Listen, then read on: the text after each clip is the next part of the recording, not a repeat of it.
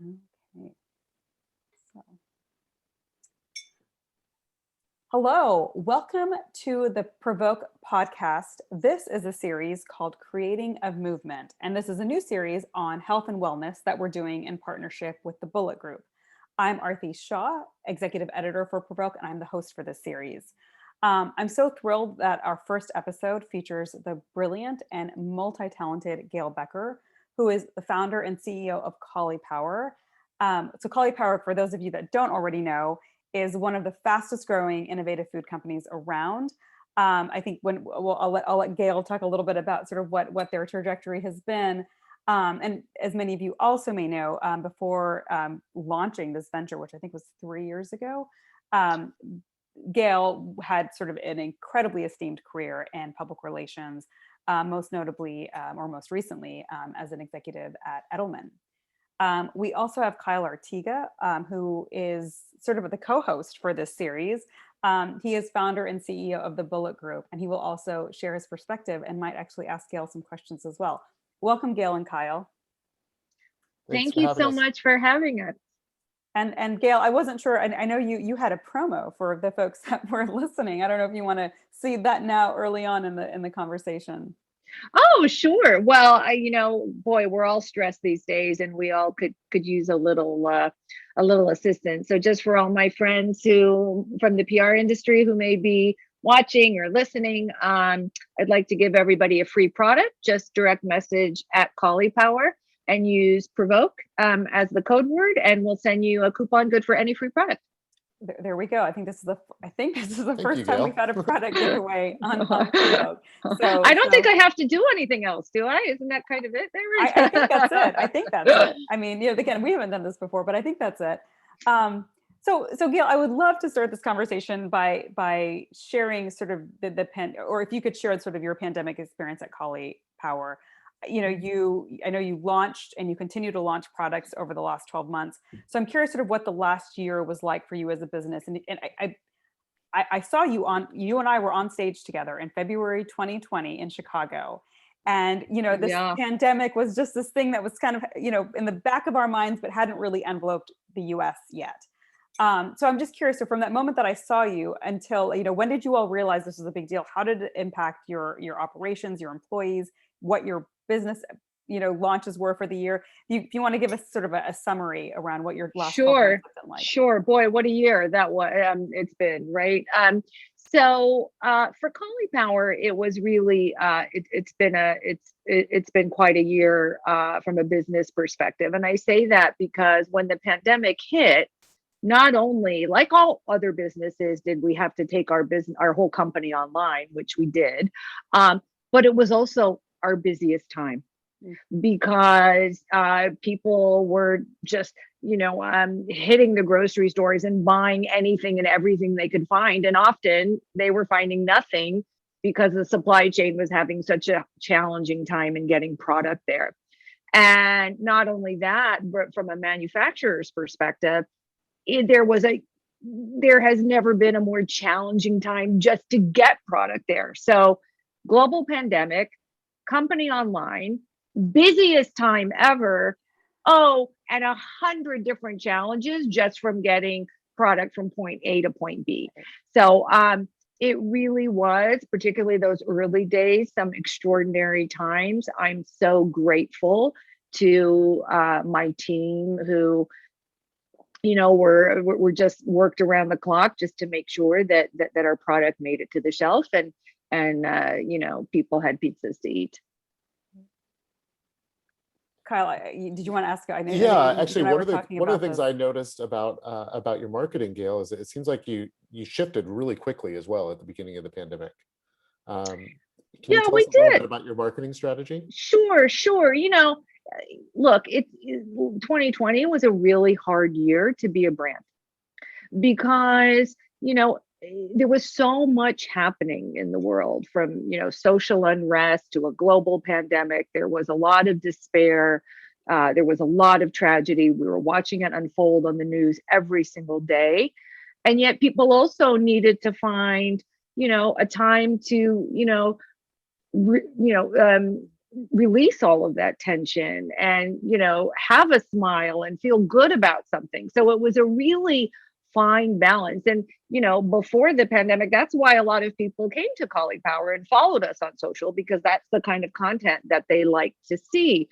So it was a really challenging time, and I'm really proud of the team, because I think we found the right balance. And so, for us, it was really hard because we used to put, I don't know, about 300,000 pieces of pizza in people's mouths every year through our truck, through a pop-up, and that came to a halt. So for us, it was, how can we still get people to try our products and make them laugh, make them smile in a way that was really, socially sensitive to what was happening to the world around us. So we started this program called Caulipower and Chill. And it was basically, we would get these influencers and celebrities to make pizzas and share recipes. And we were very fortunate because we managed to get Dan Levy from Schitt's Creek, who the show was just ending. And literally the day he made a Caulipower pizza, I think the internet broke down for us, and everybody loved it, and it was fantastic. And it was nice to just find those moments of joy in an otherwise really challenging time. So, question about the Dan Levy partnership, was that something that planned from the start, or was that something that was organic, that did it sort of have organic roots and then it turned into a partnership?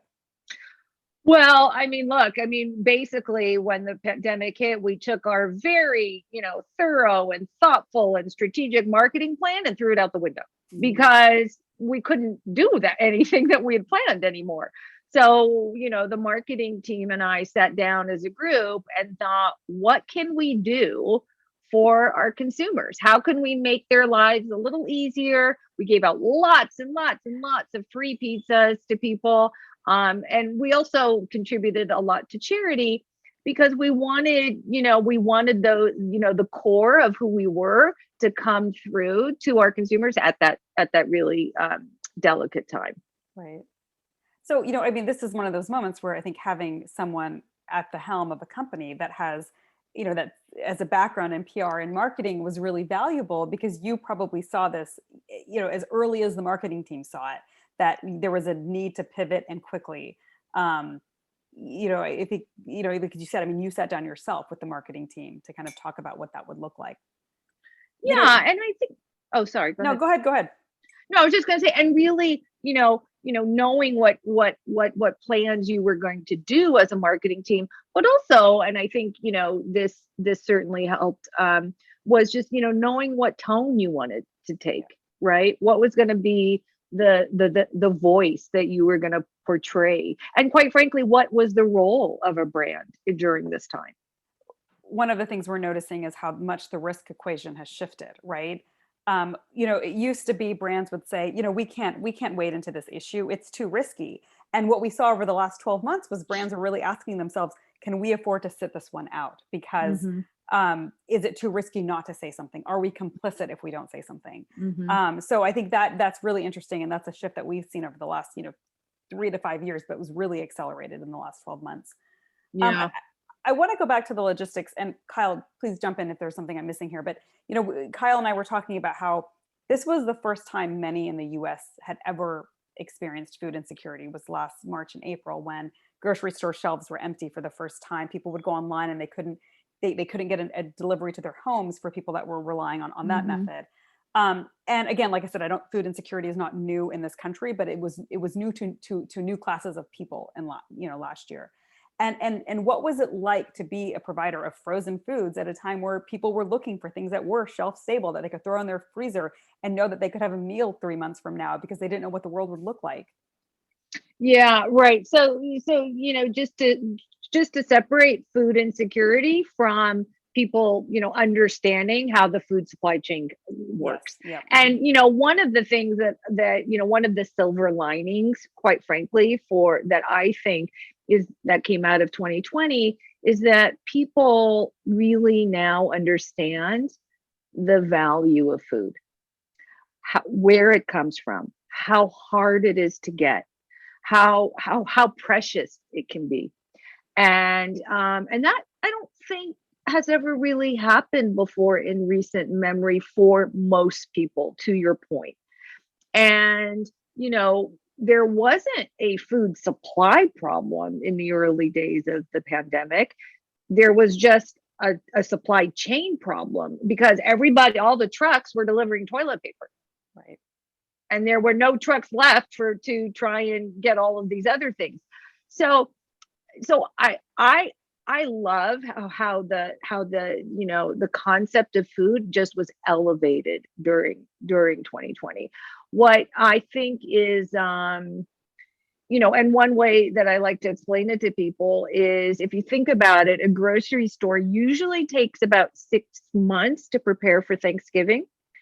In the case of the pandemic, they had about 6 minutes. And that's why you saw all of those empty shelves. In terms of food insecurity, that has been just a tragic outcome.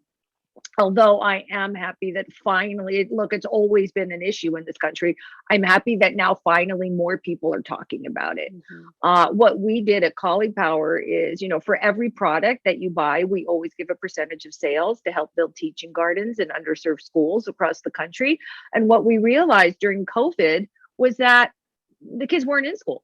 So not only were they not getting these hot lunches that the families were counting on, but they weren't able to, reap the rewards of these gardens that they usually were. So we pivoted, and in conjunction with the American Heart Association, we were able to hand out 100,000 meals to families in 4 different cities across the U.S. We bought fresh produce from local farmers and handed it out in 4 cities, and it was really kind of a remarkable time. Right. Congrats. That's a solid initiative. It was very special. Very special. And I am, and it is important that you distinguish between actual food insecurity, right? That people that are genuinely facing this problem, and then those folks that are much more privileged, but suddenly had this anxiety around what if I don't get groceries, and then right, right, and but who financially they could afford to pay for the groceries. It was more of a logistics issue of like, are they going to be delivered? And yes, I think, but what was it was interesting is that it's a group that had never even, probably like you said before this, even had felt exactly. Yeah, exactly. One of the questions that I had for you, Gail, is I know that you spent a illustrious career in PR, as Aarti mentioned. PR is one of the most stressful jobs available. I don't know if any of us knew that going in, but we're finding it out very quickly. Try running a frozen food company, but okay. No, I'm kidding. Well, that as well. That's it, yes. But one of the things that, as an agency owner, we've been spending a lot of time trying to work with our employees on, and with our clients as well, is that self-care is incredibly important. We have to take care of ourselves. Yes, you need to get your work done, but that comes secondary. And so how has that shifted now that you run a food company? How has your thinking around self-care changed from when you were in PR? It's such an interesting question. And, obviously, we've been working with agencies over the years. And I think the additional stress that the agencies have, to your point, and it's a fair one, is not only did people at PR agencies and what have you have the sort of weight of the pandemic in their own personal lives, but they also had the weight of the challenges it presented for the businesses that they worked for also put upon them, right? How do businesses like me or anyone had challenges associated with the pandemic and often turned to their PR firms to try and get counsel. So here, these people who worked at agencies were sort of dealing with it from both ends. And for me and for the people that I've seen, and I really rely a lot on the community that we've built, because I watch it and participate in it, very closely. And I think at the beginning of COVID, and quite frankly, for much of 2020, there was some self-care, but there was also a lot of, I'm going to be home and not seeing anyone and wearing my sweatpants. So I don't really care what I eat. I don't care how I exercise, if I exercise or not. I did see a lot of that, and you could definitely see the trends in the industry, people buying lots of mac and cheese, or the most comforting of foods. And then I think as the year went on, and certainly now into 2021, people are realizing the impact of that. And people now, in the PR industry, but in all industries, really sort of have that concept of time. And having time to think, having time to exercise, having time to not travel all the time. And when you have that, and this is for me personally, you realize the toll that not taking that took on your body. I used to travel all the time when I worked in the PR industry. I timed that by about 10 when I started Caulipower. And to go from at least 3 different cities a week to nothing, I realized what I had been doing to my body and my, mentally, physically, spiritually, however you want to talk about it. So, for me, and now I've seen that a lot of people are really starting to take better care of themselves, watching what they eat, taking the time to exercise. I even just read a blog that said, now that we're all going back to work, what happened to the afternoon nap? So, I think that sort of, exemplifies itself in different ways for right. different people. But I think people finally feel like they have the permission to take care of themselves, which I'm not sure that they felt like they did before. This is so interesting, because I'm having these conversations with agency leaders right now as part of our Agency of the Year meetings, as Gail, you and Kyle, both of and reimagining what, we're rewriting the rules right now, right? In terms of what the future of the workplace will look like. And part of it is people have control of their lives at a time when there was this election cycle that was chaotic and polarizing. We had the global pandemic. We had the Black Lives Movement happening. There were so many things that people felt like they couldn't control, that they looked to control these areas of their life. And Kyle, you and I spoke about this, right? They were looking to control food. They were looking to control, what they eat, how they slept, whether they worked out, and their own mental state of being, right? And I wonder sort of what you all, but I'd love to hear both from Kyle and Gail, from, you all are coming at this from different perspectives, as to what you think the future will look like. I mean, from the conversations I'm having within the industry, it seems like people don't want to let go of this control. They don't want to jump on airplanes, 4 or 5 times a month. They don't want to be in an office 5 days a week, 8:30 to 6 p.m. and then try to cram their wellness into 2 hours in the evenings. I talked to a lot of parents who suddenly had this realization that they were allocating this tiny sliver of their day to their children. And now their children are integrated into their day in a way that hadn't been true before this, and they don't want to give that up. So I'm really curious to kind of what you all expect the future of work to look like as we emerge from this. Kyle, you want to go first? You want me Sure. to? I mean, what we're noticing, so just stepping back a little bit, before the pandemic, about 50% of our employees were already remote working. We had a couple offices, but the rest of our employees were already remote working. It was surprisingly harder to just having everyone move over than I think we thought. Even though we already had all the processes in place, we already had the, what do you get when you get work from home? All of that was sorted out, and it was still difficult because you get in a routine where, as humans, we want a protocol. We want to follow a path, and when you vary from that path, people get very unhappy because you don't like the unknown. So that took a little while to get going.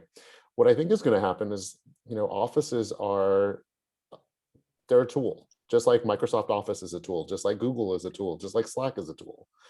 Some people want it, some people don't. How you use it is up to you, and whether you make it a corporate mandate is a totally different story, but I think less and less companies will. So what we're seeing is a lot of move towards asynchronous work, a lot of people choosing when they want to work and how they're going to work, and reducing the number of meetings they do. There's Zoom overload is absolutely real.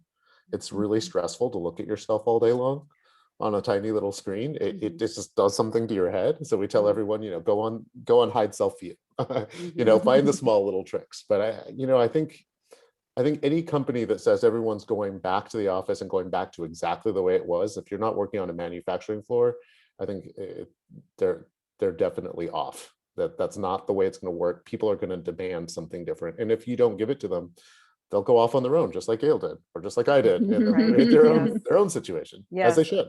Right. And Gail, and you're now in a different sector, right? I mean, so Kyle, you're very much in the information sector where all you need is a laptop really and a phone to do your job. And Gail, now you're overseeing, there's many more moving parts to what you do.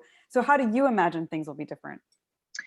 Yeah, I mean, I agree with a lot of the same themes. I think for the most part, the fact that we were able to transition so smoothly, obviously not our manufacturing, to your point, like you actually have to physically be there, but for the rest of the business to certainly have that flexibility is great.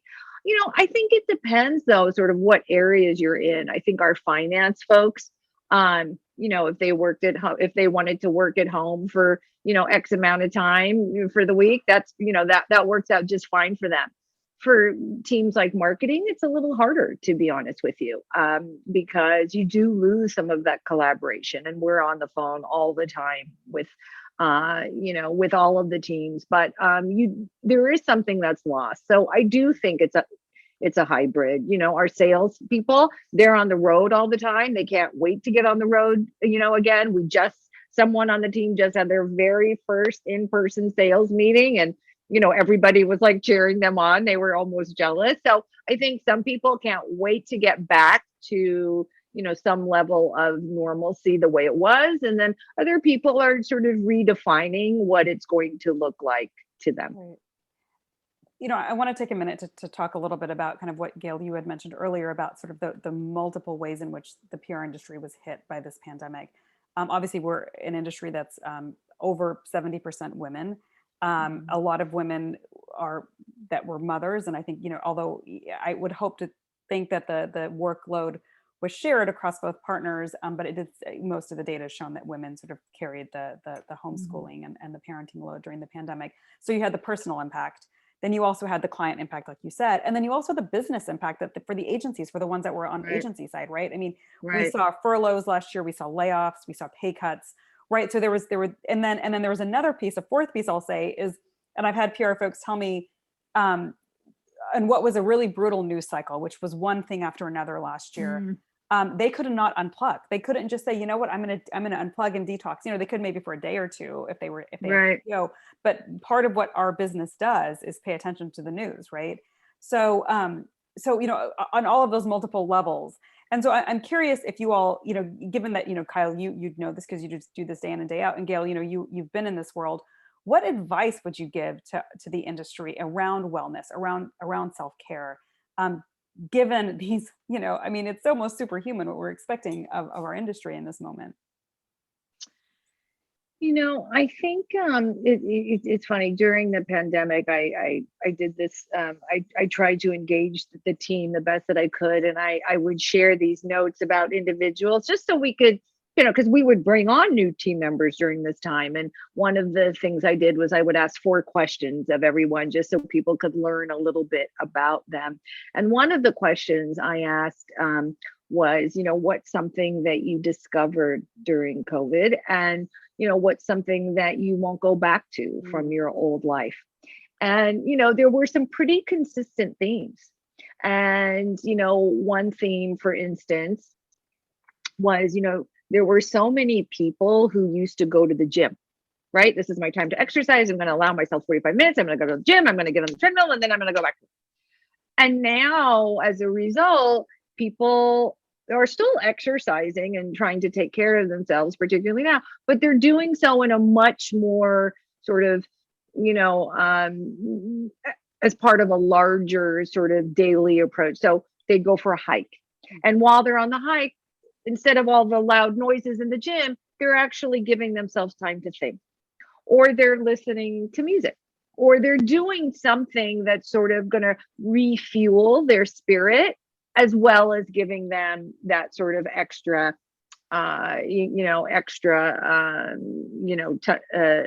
time to exercise or take care of themselves. I think also, people, spending more time with their kids and exposing their kids to their business. I mean, I know lots of people who the kids are right over here. They're hearing everything you're doing. So, now you have this generation of children who, obviously being out of school for a year was tragic, but that have been shown a sort of a purview into their parents' lives, into the workforce, and really are sort of, and the parents embraced it and engaged. I mean, I've been on calls where, kids were right there and chiming in, and it's wonderful. I actually think it was one of the benefits of getting to spend that much more time with their family. Not always, I understand, but certainly I think that helped keep a lot of people going. Mm-hmm. I was curious, Gail, obviously you've got access to a lot of research that the rest of us don't have, but tell me about the impacts of healthy eating, and what have you seen, like maybe some anecdotes from some of your Caulipower eaters of what they've been able to do with their life as a result of eating more healthy. Yeah, absolutely. So, one of so just to touch on a theme I briefly touched on, 2020 was a tough year for healthy eating for a couple of reasons. One, people found comfort in food, right? So they found comfort in the traditional cheesy, gooey comfort foods, right? And there was a lot of baking, lots of baking. So that was certainly one thing. And also because there were so many people out of work, a lot of people were really price sensitive, and, cheaper food tends to be, historically can be a little bit, less nutritionally, valuable. And so you had this like perfect storm, right? And people were at home and they're working at home, and so they're just snacking all day. So you had this like perfect storm. And then I think what I saw is that, people were really sort of noted it and then worked hard to get their way out of it. One of the things from a Caulipower perspective that I thought was interesting was one of the things that we saw through some research is that people by 6 months, 7 months in got really tired of their own cooking. So we did this whole like sick of my own cooking box that really just sort of made, we had a cookbook and we had all these products and free coupons, and it was just, here's how you can cook if you're totally sick of your own cooking. And it really resonated with people. And when I think about before the pandemic, we have a plain crust, and the plain crust was never our top seller, but it was always pretty good. That just shot up during the pandemic because people wanted easy things, right? And putting stuff on a plain crust is not so hard. And they were doing it with their families, and they were dumping out the back of the fridge and all the leftovers. Another way that people really placed a high value on food is you didn't throw food out. You put it in the freezer, you put it in the back of your refrigerator, you dumped it on a pizza. And by the way, you couldn't even buy freezers during the pandemic because there was a total run on freezers because people were running out of freezer space. So you could, even if you wanted a freezer, there was like a 6-month waiting list. I'm sure it's better now. Oh, sorry. Yes. Well, I mean, on that note, I'm curious because you'd mentioned people did look for comfort foods during the pandemic. And did you have a challenge of people saying, I don't want cauliflower pizza crust. I want the good old pizza crust that I grew up with and that I know. And how did you overcome that? Even with the pasta, right? Like you launched, I think yesterday, right? I mean, are we still in this moment where people are like, nope, I want that white, pasta that I know and love, because that's a source of comfort in this moment? I think you definitely saw those trends early on in 2020 for sure. And I would say probably even as most recently as 6, 7, 8 months in. But then we started to see the trends turn around, and certainly even more so in 2021. Innovation can't stop. So I always tell people it takes about a year to get from here to here, right? You think of something a year if you're lucky. And so innovation, so while everybody else is sort of, hunkering down, if you're a food company, and a lot of food companies stopped innovating in 2020 because it's so hard because you couldn't go into the manufacturing facilities and what have you.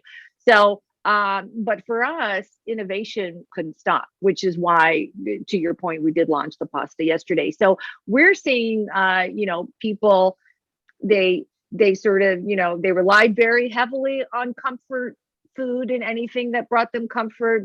Alcohol sales shot through the roof, as I'm sure you've seen.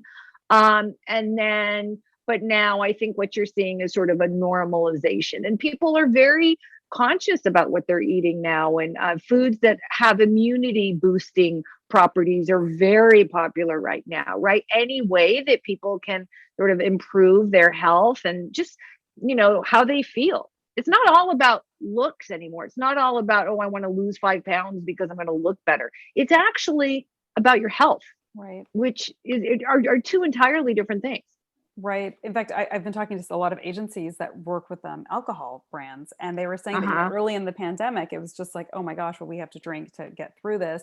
And then we saw the pendulum swing, right? And now there's almost this backlash against sort of this binge drinking that seemed to be quite popular at the beginning of the pandemic.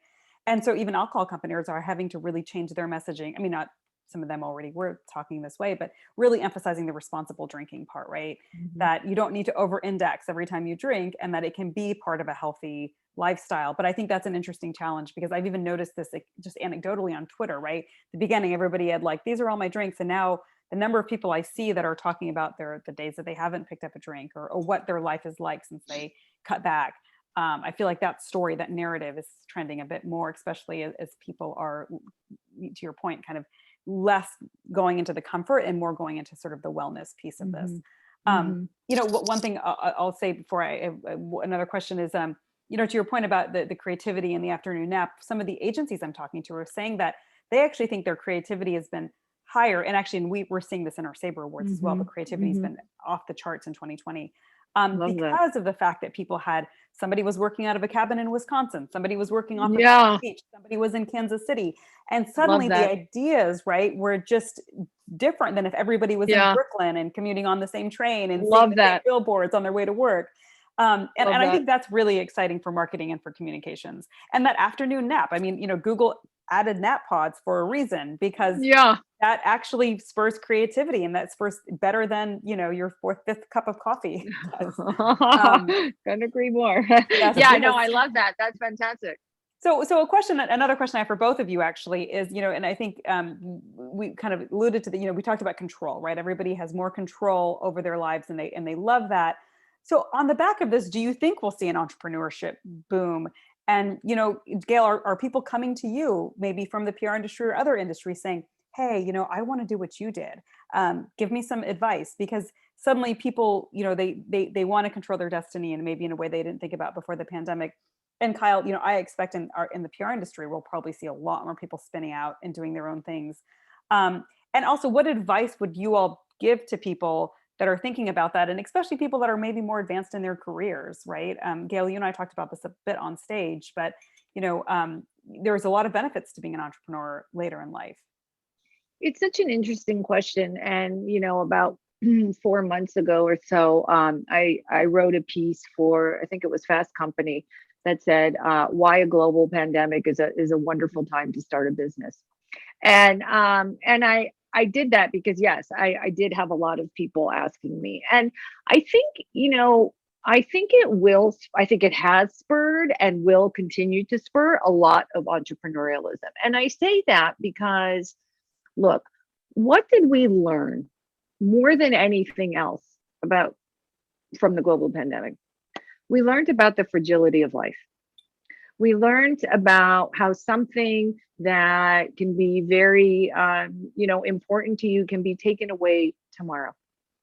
And we also know that, and we also learn, what are we waiting for? Because we don't know if that day is ever going to happen. I've been planning this trip for 5 years.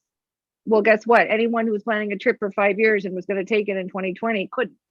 So I think what it did is it really reminded people of the fragility of life. And it made people realize that, whatever it is you want to do, you shouldn't wait. And what it also did is it made us all realize, boy, the world has never had more problems to solve. And that is what spurs entrepreneurialism, is solving problems. So here, and then you add on top of that, for the first time, you actually have more time. You're not traveling, you're not going off to meetings. So you take this, ecosystem, which is ripe with more time, a realization that I better do something that I love in the time I have left, because I don't know what tomorrow is going to hold, and a world full of problems to solve. You can't ask for a better ecosystem with which to start a company, or with which to start or follow a passion, or do something that you love, or just activate your side hustle. And I think that is a wonderful outcome, and I encourage it to anyone who would ask me. Yeah, I completely agree with Gail on all of her points, and I would just go one step further and say, one of the things that a lot of people are learning over the course of this year is that work shouldn't be the only thing that defines you. And so many of us were caught up with, when someone asks, what do you do? Like, that was the first question out of your mouth when you meet someone new. That changed last year.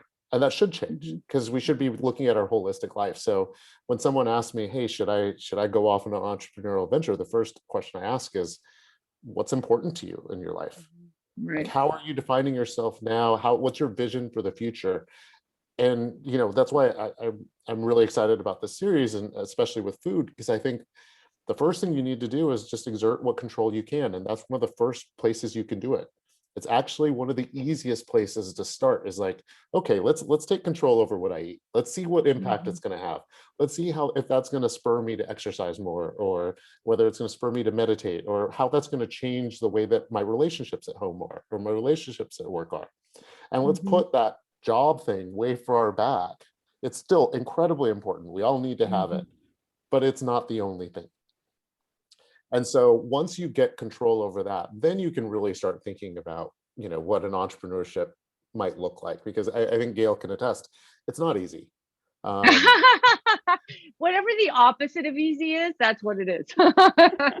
but it's enthralling at the same time. Right. It's very similar to being a PR person. One of the things I've always said about being in PR is why I love it is I don't exactly know what my day is. When someone asks what's a typical day, I can't give it to you. It doesn't exist. Even now, multiply that by 10 as an entrepreneur. There's just so many variables. So if you love to solve problems, and you do want to make work a core part of your life, and you can see the impact on your life and it makes it better, then absolutely go forward. But it's totally okay to say that maybe that's not the most important thing. Maybe there is something else that is more driving, and that's totally fine as well. Yeah. So just do a lot of self-identification beforehand, because it's not an easy path. But to your point earlier, the studies have shown that starting at 45, you have a higher level of success. Starting an entrepreneurial venture at 45. So you might think it's you might think it's a 20-year-old, but in reality, it's a 45-year-old. You get a boost in your career between 45 and 55 that I didn't know about before I read this. And this is a study from Wharton that came out about 3 years ago. So don't let age get in the way of when you start. I started Bulleit when I was 38. Right. And I was actually talking to an agency CEO recently, and she was actually talking about women. And there was actually a piece in the Harvard Business Review about how women's career trajectories actually mirror what a really healthy career trajectory should look like. And oftentimes women are so focused on having children in their 30s, right? And then having young children, in their early 40s. And then suddenly when they don't have young children in the house anymore, suddenly, it's like, well, there's time and there's space to explore new avenues. And again, parenting is not mothers only. So this particular study looked at mothers, but I want to expand that out, because I know we have much more involved fathers than we ever have. And so this goes for both genders, but I thought that was actually really interesting. So I'm really inspired by everything that both Kyle and, Gail, of course, you all said today about the future of wellness, the future of eating, what food will look like, the role food will play in our lives, and even the future of work. So thank you both for your time today. Oh, thank you so much. It was fun and so nice to be reconnected. Yes. And we will be. Thank you, Aarti. Oh yes, Kyle. Yes, thank you for your idea. Really, Kyle came to us and he said we need to look at wellness from so many different angles. And Gail, you were, of course, the first person that we thought of when we had this conversation. I love being the guinea pig. Excellent. And, well, Gail, do you want to plug your free product again one more time? Yeah, absolutely. We all need something to make us smile, 100%. So all you have to do is direct message at Caulipower on any of the social channels. Use PRovoke, and we will send you a coupon for any free product. Wow. Well, there you go. Well, thank you again. And we will be back again soon with another episode of Creating a Movement. Thank you. Thank you.